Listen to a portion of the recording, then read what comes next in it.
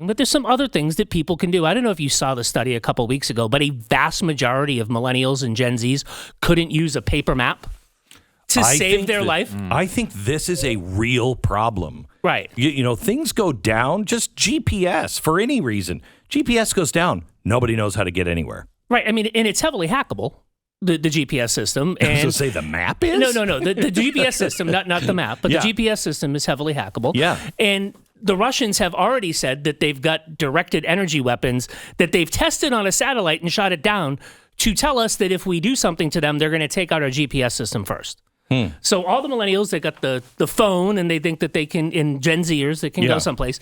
Get yourself a map. I don't know if you know, one of my hobbies is I'm trying to drive through every county in the United States, and I'm at about 75% of them. You're not married, are you? I'm not, which makes it easy. No, it does make it easy. I mean, there's a few tip-offs. There's a chicken and an egg situation going on there as well. I have the big Rand McNally Road Atlas that I buy every month, but I just figured I'd bring in the small one. So it's out of Texas. I have to tell you, we got rid of ours. When Tanya and I met 25 years ago, she used to be the navigator, and she would read the map, and I would drive. And we were so excited when GPS came out because it would end the arguments. No, you missed the turn. I told you it was right there. All of that stuff went away. But we can read maps. My kids don't even know anything about them. Right. And you need to learn how to read a map. Yeah. Get yourself a compass. I know that it's going to flip when the magnetic flips. I know that's you've been wondering about that since you were a kid. No, it's coming. So, but get yourself a map. Just know where the declination is for the magnetic north, and use a map. So that's one thing. The other thing is, I bought iodine this week. I don't know if you remember. I do, but they used to tell it's a little much. Yeah, it's a little much. I might have bought it for the bit, but I did buy iodine. All right, but in Europe, I think they sold out of iodine. Right. Because, they're right there.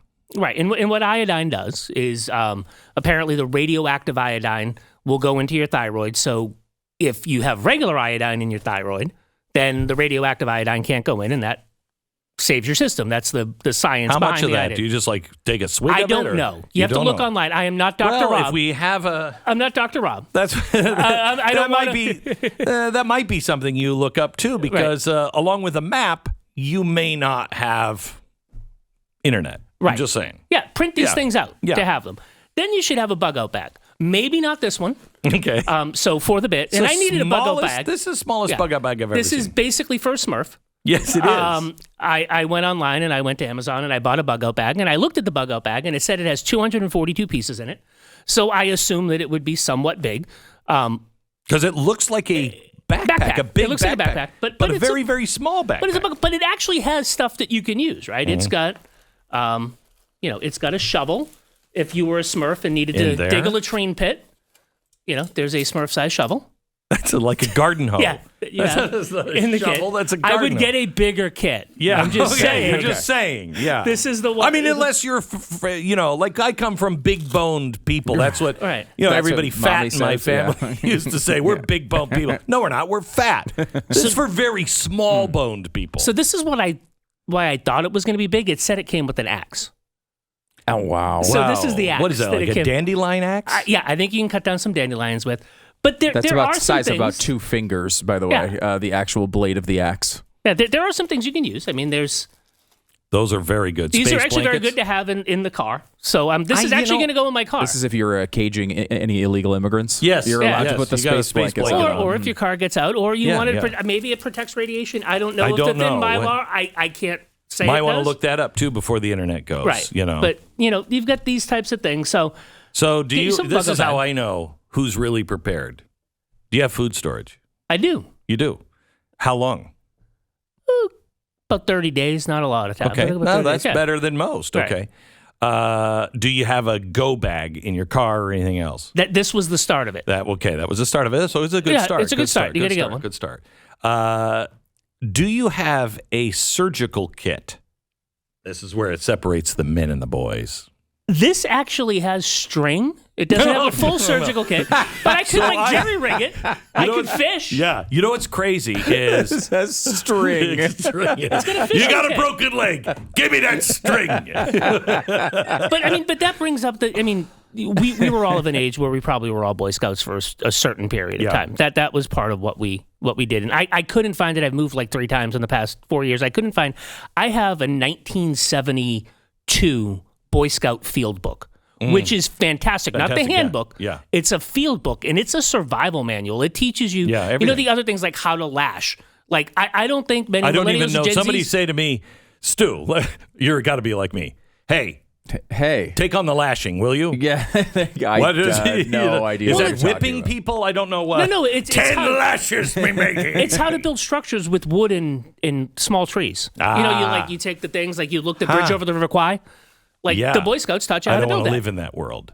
What's crazy is, I was so proud. I got the surgical kit, and it has everything. It has, you can remove an appendix or whatever, have it, brought it home, got the book, how to remove the appendix and things like that, I'm not coming to your house for any appointments, just so you know. Tanya said, honey, who's going to do the surgery? Yeah. Because I ain't doing it on you, and I certainly do not want you doing it on me. And I'm like, well, but if we have to, she's like, let me die. Let my appendix burst. I don't want you with your grubby hands in my internal organs. I think this is the appendix. Why is there Cheeto dust in there? I don't understand. She died from the Cheeto infection.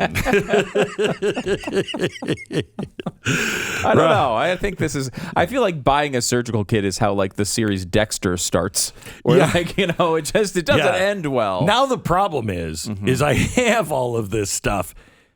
If we were in an emergency and somebody like, I have to have my appendix out, I'd have no idea where it is.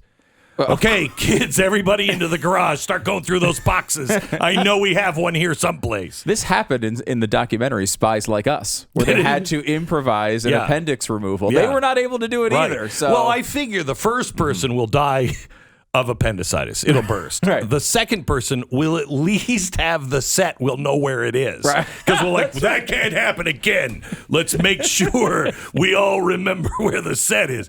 Then that person will die because we have no idea what we're doing. Right. The third person will also die because the person who had just a little bit of experience will be in so much trauma, they won't be able to do it. Right. But by like person 85, there's a good chance you might survive.